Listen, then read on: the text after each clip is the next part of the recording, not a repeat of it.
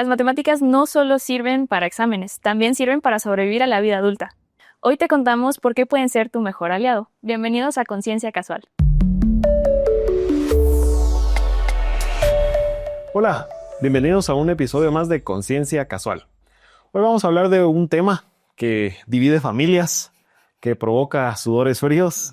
Un tema bastante complicado, pero que lamentablemente pues ha sido ese, cómo se lo hemos asignado nosotros, esa es la designación que le hemos dado. Sin embargo, es un tema muy importante, fundamental, creo yo, para la vida hoy en día, y es el tema de las matemáticas. Bienvenido, Toji. Un gusto compartir nuevamente. Gracias, compa. Pero no son tan malas porque dividen familias y te hacen sudar, pero no te han hecho volver con la ex.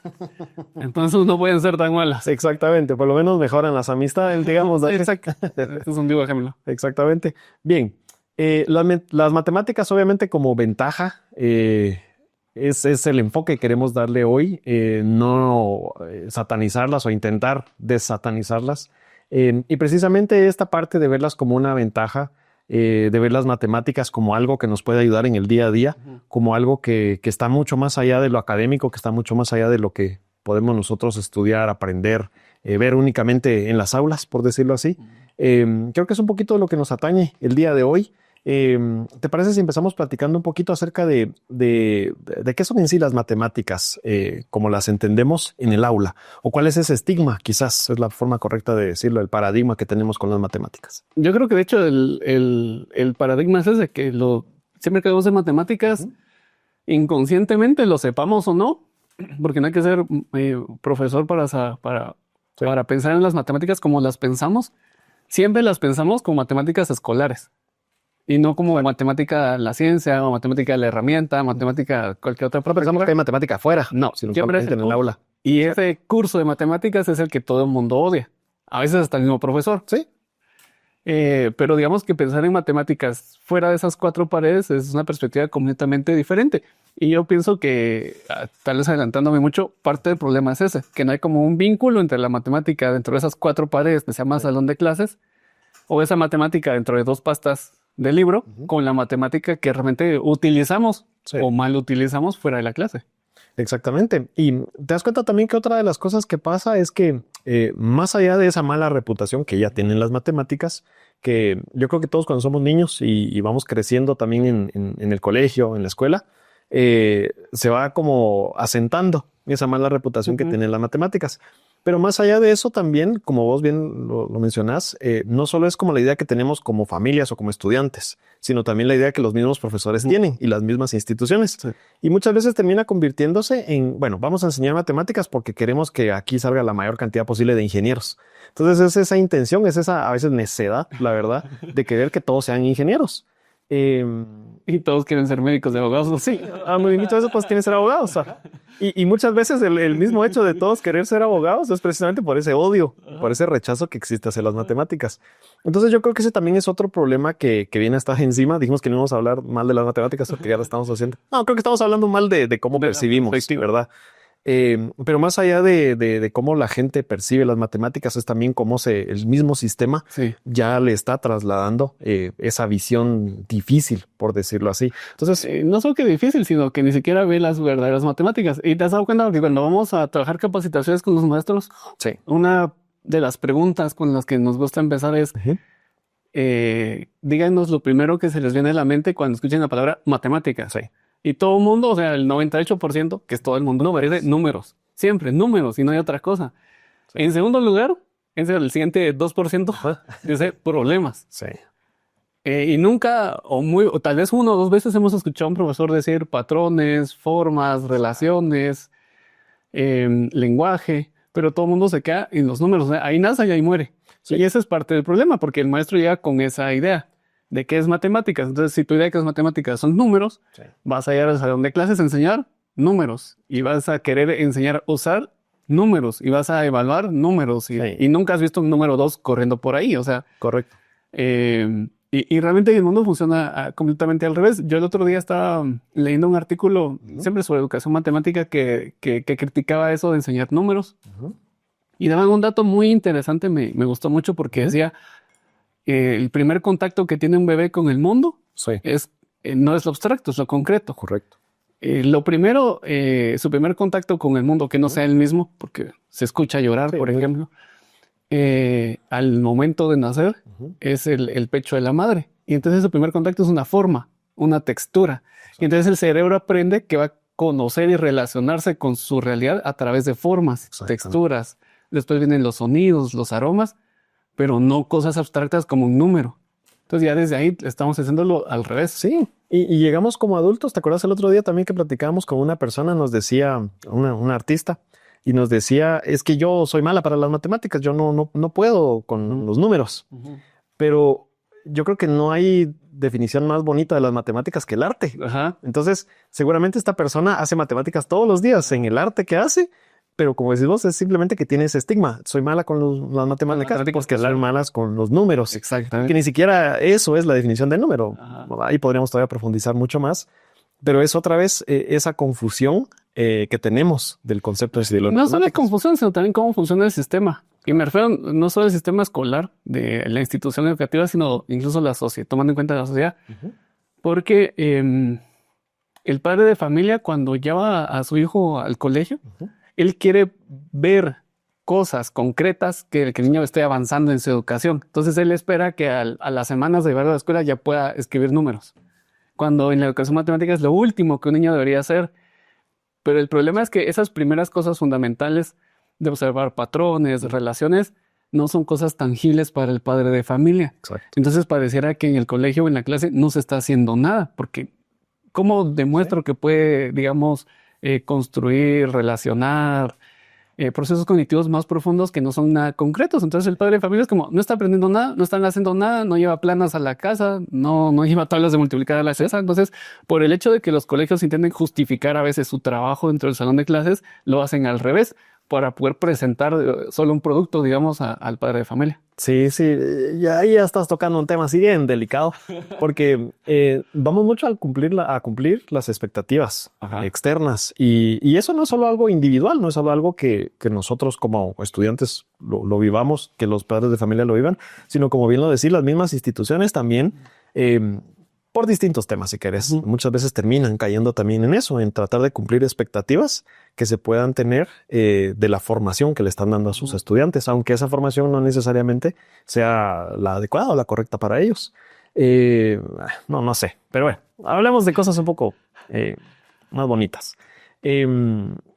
Para compartir un poquito con las personas algo de lo que platicamos en las charlas con los profesores, con los mismos estudiantes, ¿qué te parece si hablamos un poquito de cosas o formas en las que podemos encontrar las matemáticas nosotros en la cotidianidad, que no necesariamente tengan que ver con esa imagen que nos han hecho creer que nos han vendido en la escuela? Bueno, yo creo que esa es una pregunta un poco enredosa, porque cómo las usas o cómo las construís o cómo las observas también depende. Hay niveles, pues. Claro. O sea, una herramienta no es lo mismo en mis manos que en las manos de un mecánico. Totalmente. Por ejemplo. Sí. Entonces yo le voy a encontrar 1 o 2 usos y el mecánico 20. Vas a usar una llave como martillo. O sea, una piedra como martillo. Entonces creo que también depende de la formación y todos estos paradigmas. Y si yo pienso que las matemáticas son números, voy a intentar usar números. Exacto. Y entonces voy a caer en solo usarlo para echar cuentas. Exacto. Como normalmente le decimos, a veces yo le digo a mis estudiantes, nunca nos enseñaron matemáticas, nos enseñaron a hacer cuentas. Sí. Este es el primer nivel, digamos, que ni siquiera es matemática real. Esa primera parte que hay que dilucidar. Ajá, que es como hacer cuentas, que tienen el vuelto cabal y... Sí, no sé. Pero eso no es realmente matemática, este es el primer nivel. Creo que empezás a usar matemáticas cuando empezás a usar... Yo pienso que para mí principalmente 3 cosas, que para mí eso define la matemática, son formas, patrones o relaciones. Excelente. Si empezás a buscar patrones, a buscar relaciones y a utilizarlas, entonces ahí sí estás utilizando matemáticas. Y esos patrones y relaciones no siempre van a estar expresados en números. Sí. Y esos patrones y relaciones no necesariamente tienen que estar en un lenguaje formal. O sea, si es una herramienta para tu vida diaria, pues no tiene que estar escritas en X y Y, pues. Exacto. Y no tienen que respetar esa formalidad porque es una herramienta cotidiana. Y un patrón muy sencillo, que seguro en nuestras casas se repite, es que nuestras mamás, nuestras abuelitas muy bien saben que en octubre las verduras van a subir porque ya viene el fiambre. Y ese es un patrón.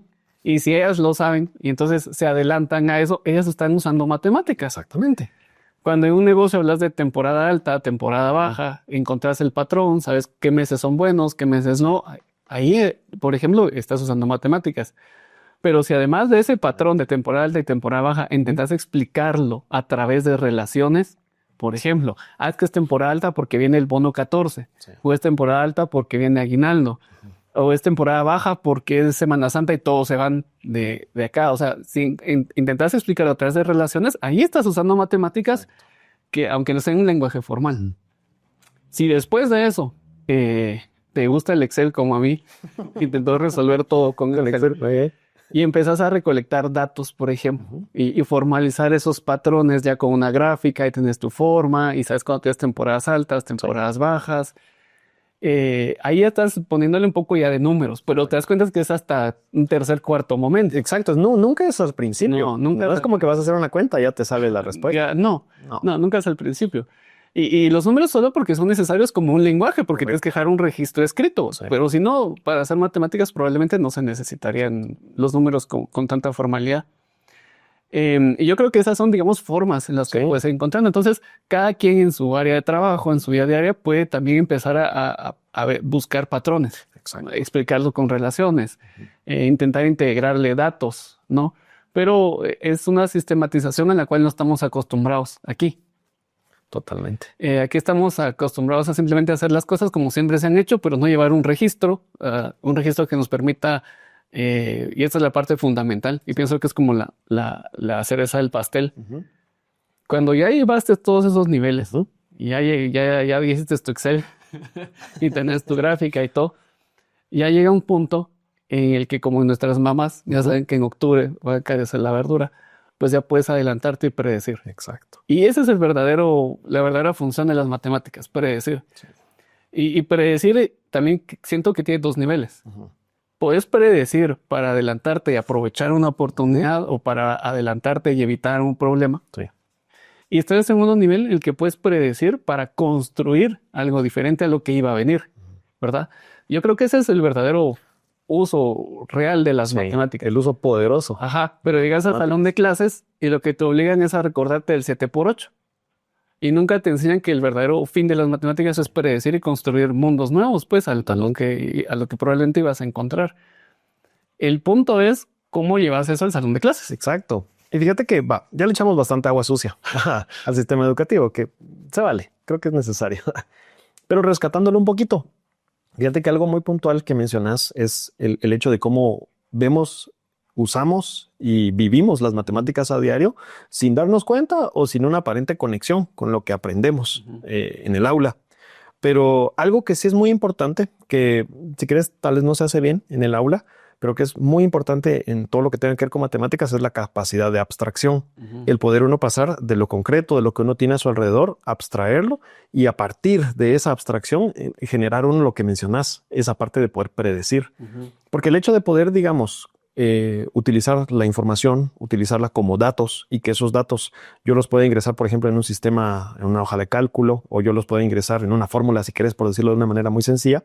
Pero el hecho de poder sistematizar esos datos que yo puedo obtener y a partir de eso ver otros datos o ver tendencias o ver otro tipo de patrones, sí requieren de cierta preparación académica, por decirlo así.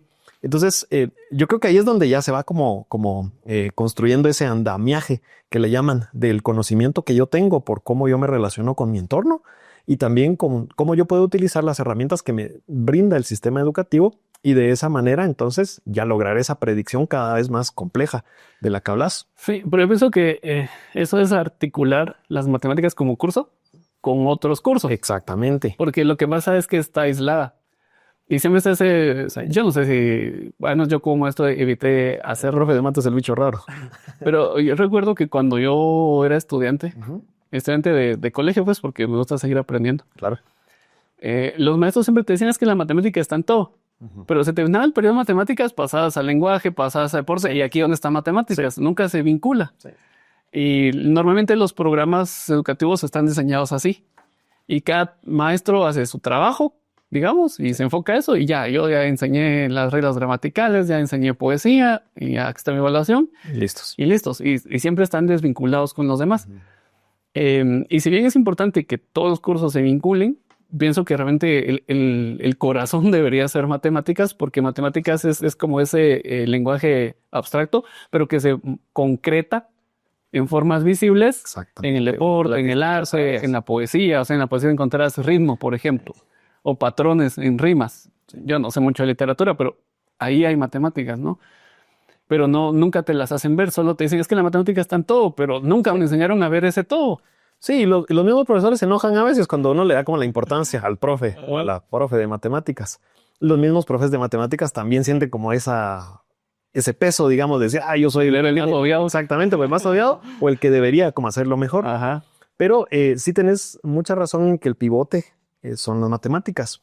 Y lamentablemente el desorden, creo yo, se ha venido generando o se ha venido degenerando en todas las áreas con el tiempo. Incluso con esto yo, bueno, tal vez no sé cómo me fue con mis profesores de filosofía, pero nunca le encontré como mucho el sentido.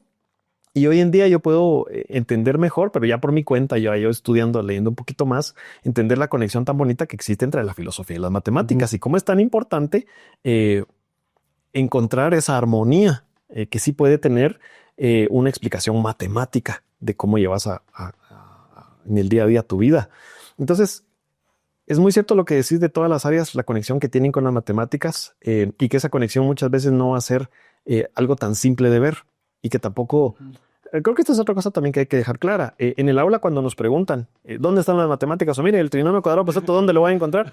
¿Para qué me va a servir? Es prácticamente imposible encontrar una respuesta puntual. A decir, mire, esto lo va a usar como un martillo acá y lo haga. No, o sea, no funciona de esa manera. Es un proceso más complejo, es un proceso en el que muchas veces, también lo dijiste hace ratito, cada persona va encontrando una manera en la que utiliza sus propias matemáticas. Hasta podríamos hablar de una matemática individual o algo por el estilo. Pero bueno, ya nos vamos a poner a filosofar y a hablar cosas raras, que parece este espacio, pero si no, no avanzamos. No sé. Termino yo cayendo en cuenta en lo siguiente. El nosotros tener una buena base, tener una buena capacidad, tener un buen aprendizaje de las matemáticas, nos lleva indudablemente a tomar mejores decisiones. Porque si llegamos a alcanzar ese nivel que decías hace ratito de predecir, ¿no crees que entonces nuestras decisiones también mejoran de alguna manera? Sí, definitivamente al final sirve para eso, para tomar decisiones. Desde decisiones muy técnicas, qué material usar en una tubería, por ejemplo. Sí. Entonces tienes que tomar en cuenta muchas cosas, muchas variables de presión, temperatura, que si se va a perder la temperatura, no, que si quieres que se enfríe, que no se enfríe el contenido. Pero no tiene, y esa es, creo yo, la matemática escolar que tenemos, ¿no? Es que voy a estudiar Derecho, entonces no voy a hacer matemáticas porque nunca voy a diseñar una tubería. Sí. Pero digamos que las decisiones de vida trascendentales dependen al final de poder predecir mundos futuros. Exacto. Porque conforme vas creciendo van habiendo tecnologías nuevas, mercados nuevos, países nuevos. Sí. Y vamos a ver cómo se dividen en un par de países o cómo se integran un par de países, monedas nuevas, y tienes que ir constantemente prediciendo. Y tal vez no va a haber una fórmula que te diga, mire, dentro de tantos años el sector laboral va a ser así. Claro que las hay, sí. Pero no, pensando que no tenemos acceso a eso, porque no lo tenemos cotidianamente. Pero el utilizar la matemática como una herramienta para predecir también va moldeando tu mente y tu forma de pensar. Y entonces siempre estás, digamos, buscando o detectando patrones y relaciones que te permitan ir haciendo predicciones. Esto es como cuando eso de ceguera selectiva, cuando va manejando y uno busca carros cuando va a cruzar la calle, intersecciones, pero uno olvida las motos y aunque uno tenga la moto enfrente, el cerebro no lo ve porque no la está buscando. Entonces esto es igual, si no estás acostumbrado, educado a querer predecir, a querer adelantarte, no lo ves aunque lo tengas enfrente, no ves esa matemática de patrones y relaciones que te permitiría ir prediciendo para ir tomando mejores decisiones. Exactamente. Y entonces empiezan a pasar cosas como, es que soy médico porque mi papá me dijo que fuera médico, o soy abogado porque mi papá es abogado. Y hace 10 años, Guate era el país de Centroamérica que más abogados producía al año. Cuando todo el mundo todo el resto de Centroamérica se está viendo al área de tecnología. y nosotros seguíamos produciendo abogados. Sí. Entonces te das cuenta cómo... No es que nuestro sistema de justicia sea el mejor de Centroamérica. Exacto. Es más, creo que hay una relación que hay demasiados abogados Que sí. con el sistema de justicia que tenemos. Ver ese patrón, por ejemplo, hacer justo lo que acabamos de hacer, de ponernos a pensar, ¿por qué tenemos un sistema de justicia como el que tenemos? Siendo el país que más abogados produce, ahí estás buscando una relación y un patrón. Eso es hacer matemáticas, precisamente en vivo. Sí. Ajá. Ajá. Sí, totalmente. Y termina uno entendiendo, como decías, cuando uno ya se acostumbra. En primer lugar, el cerebro es así, ¿no? Así funciona. Se acostumbra a trabajar de manera que sea más eficiente. Entonces, los patrones a los que se acostumbra también los hace más eficientes. Y como decimos, se matematiza, por decirlo así. Y luego se vuelve tan importante la matemática que no crees que hasta en lo emocional lo usa uno. Sí. El cómo uno puede ir manejando la misma famosa inteligencia emocional que le llaman, cómo uno puede ir encontrando también patrones o cómo puede uno darse cuenta o no darse cuenta también de patrones que a veces terminan siendo nocivos o dañinos. Exacto. Hasta para eso Ajá. creo que ayudan, ¿no?, las matemáticas. Que si cada vez que pierdes el ajute, pues estés... Sí, exactamente. Y es increíble, por ejemplo, también esta parte de si nos ponemos a ver un poquito afuera de Guatemala, que tal vez no está tan lejos de pasar acá, pero digamos que en algunos países desarrollados, donde funcionan muy bien estas famosas aplicaciones de citas que le llaman, funcionan a través de ¿qué? De un algoritmo, de patrones, exactamente. Entonces, nosotros tal vez lo vemos un poquito alejado porque quizás acá no es tan común. Deshumanizado. Y deshumanizado, exacto. Pero al final, esa es una palabra importante, deshumanizado. Pero en realidad, o sea, ¿a quiénes atiende esa aplicación o ese servicio? A humanos. Sí. Entonces no es deshumanizado, es todo lo contrario, es como la tecnología y la matemática ya logró entender cómo funciona la mente del ser humano y por eso puede empatarlos entre ellos. Que desnuda esos patrones que disfrazamos de emociones. Exactamente. Es así. Entonces, Ahora, el problema es cómo agarramos todo esto y lo llevamos a un buen curso de matemáticas escolar. sí, Y yo pienso que hay que cambiar muchas cosas, totalmente. desde las tablas de multiplicar. Pero, por ejemplo, yo siento que tiene que pasar por cosas que parecen novedosas, pero tal vez no lo son, porque tenemos que dejar de enseñar para obtener la respuesta correcta del estudiante. Exacto. Tenemos que empezar a enseñar a resolver problemas, pero que ellos encuentren un camino de solución, no la solución. Sí. Que ellos encuentren un camino de solución. Tenemos que empezar a evaluar eficiencia. O sea, miren, chicos, está este problema, hagan grupos de 3. Sí. Casi siempre la matemática se enseña individual. Hagan grupos de 3, encuentren una solución, se acompaña y al final se presenta la solución, pero se evalúa cuál de todas las propuestas es la más eficiente. Exacto. Cuál fue la más rápida, cuál sería la más barata, cuál podría convertirse en un producto o servicio, por ejemplo. Y dejar de simplemente quiero la respuesta y la respuesta correcta. Exacto. Porque eso cambia mucho el paradigma. Cuando te piden una respuesta y la respuesta correcta es buscar una aguja en un pajar. Sí. Pero si te dicen, mire, quiero una respuesta. Es incluso hasta autoengañarse. Exactamente. Quiero una respuesta o quiero una solución. Sí. ¿Cómo? ¿Cuál? No importa, pero quiero una. Eso ya no es como hay una única y tengo que ser muy especial para obtenerla. No, es una respuesta y la voy a conseguir. Y luego ya puedes evaluarla. O sea, fue la mejor, pude haberlo hecho más rápido, más fácil. Ya es distinta la evaluación. Y en ese resolver problemas vas encontrando de forma involuntaria que necesitas de las matemáticas. Y aquí voy a caer otra vez. Qué fácil es criticar. Qué fácil es ser un crítico. Hoy todos somos críticos. A las ferias de ciencia. Por 2 razones. Primero, porque generalmente son un evento. Sí. Debería ser un proceso, ¿no? Desde presentar una propuesta, hacer un prototipo, poner a prueba el prototipo, mejorarlo. Esa es la primera. Y la segunda es que normalmente se trata de evaluar el uso de las matemáticas, pero como es un evento, es muy difícil para los chicos encontrar el uso de las matemáticas en una vez que haces algo. Sí. Y normalmente termina siendo en cosas como o medir, es que tuve que medir la cantidad de papel que usé, o en hacer presupuestos. Solo, eso te hace usar las matemáticas como números. Pero a través de un proceso te das cuenta cómo las matemáticas pueden ir moldeando, modelando o prediciendo. Sí. A lo largo de todo esto. Hasta si no te funciona. Exactamente. Es mejor que no funcione. Real. Sí, es la ciencia. Correcto. Pero otra vez regresamos a cuando los papás quieren que sus hijos escriban números. Sí. Los papás quieren que el experimento salga bien. Exacto. Para que la foto del colegio en el Facebook y en el Instagram salga bien. Sí.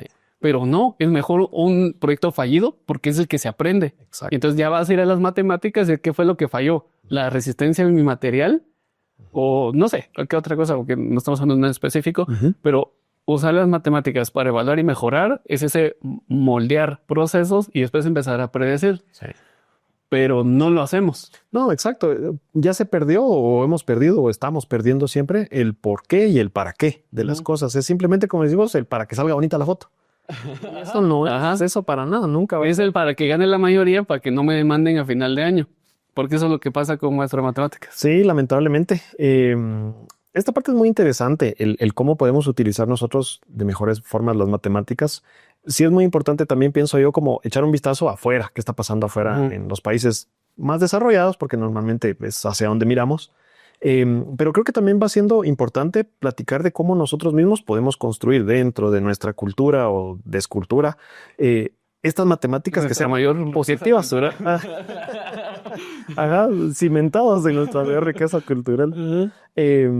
¿Cómo podemos construir unas matemáticas que efectivamente sean buenas para nosotros? Yo el otro día leía también un artículo acerca de lo que está pasando ahora en España. Nosotros utilizamos mucho material acá en Guatemala, en el sistema educativo, mucho material español. Nos ha tocado incluso verlo cuando damos algunas charlas, capacitaciones, se implementa, digamos, este material, porque pues obviamente es un país desarrollado que tiene avances. Y mucha cercanía con el idioma. Y mucha cercanía, exactamente, sobre todo eso. Pero incluso es bastante fuerte ahora la tendencia en España acerca de cómo los maestros se están quejando de cómo está funcionando ahora su sistema, que se está volviendo muy permisivo. Y esa permisividad a la que están llegando ellos es una falla, obviamente, de su propio sistema. Pero eso no necesariamente quiere decir para nosotros que entonces todo lo que venga a España está mal, porque ellos ya llegaron a esa conclusión.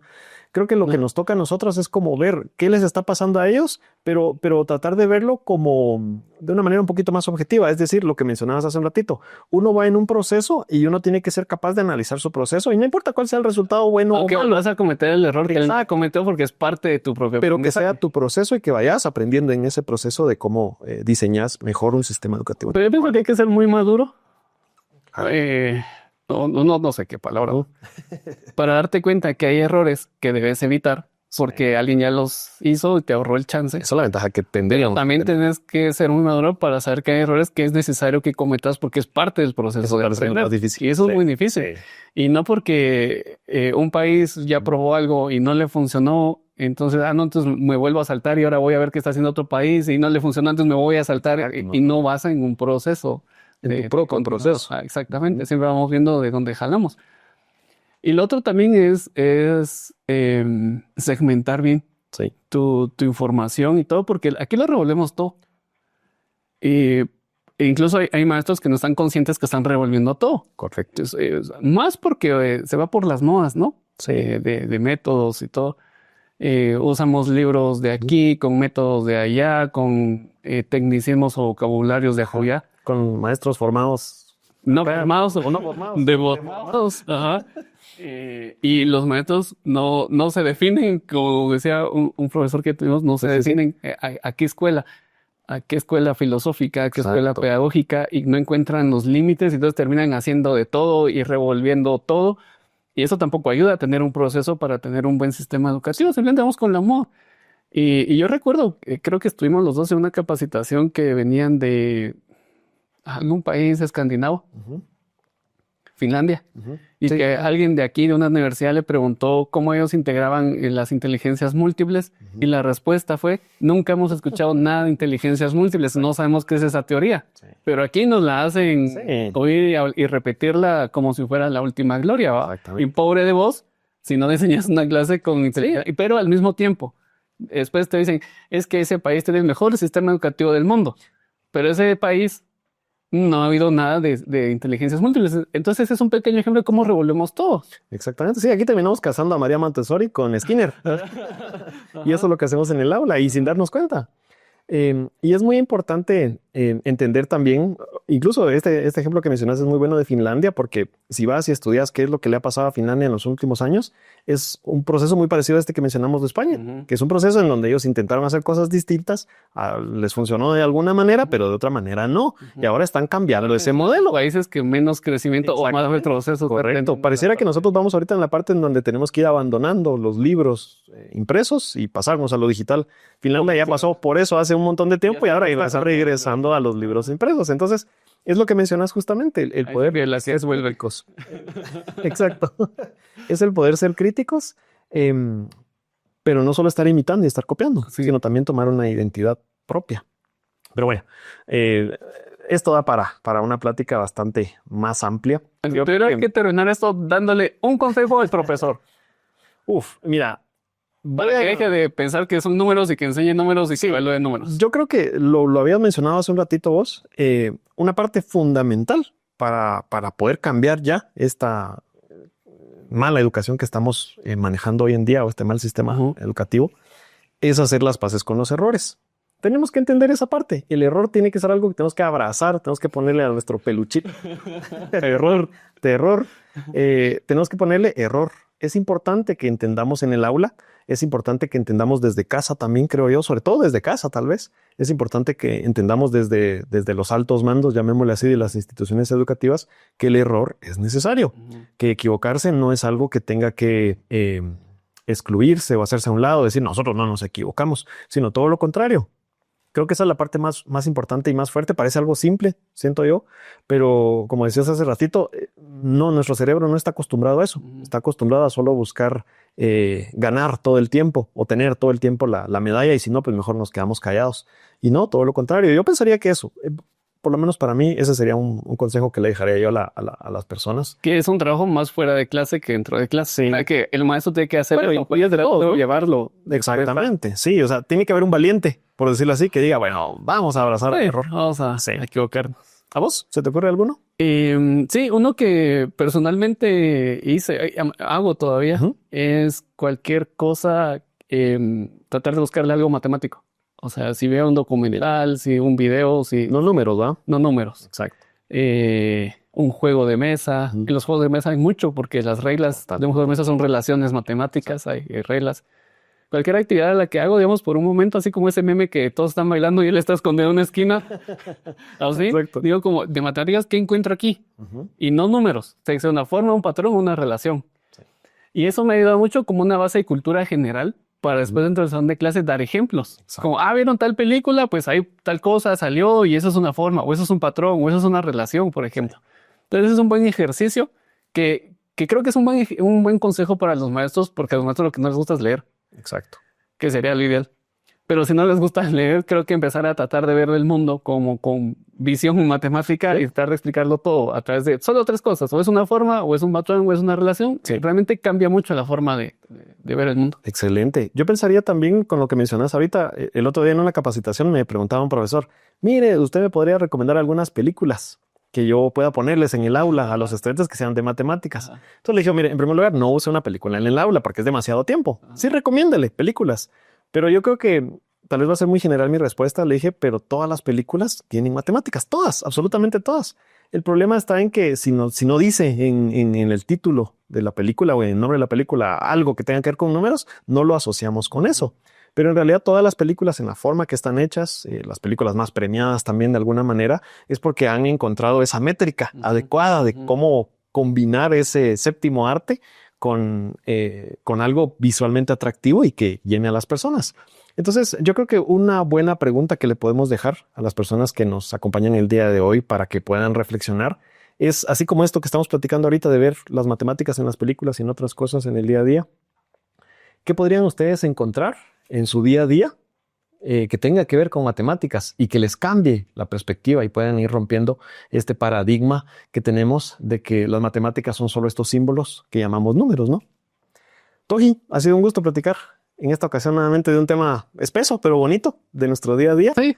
Y esperamos haber aportado también, por supuesto, para las personas que nos ven y que nos escuchan, un momento de reflexión. Siempre es bueno hacer lo que hacemos siempre. Hablar y tomar café, solo que ahora frente a la cámara. Excelente. Muchas gracias. Nos vemos en un próximo episodio de Conciencia Casual.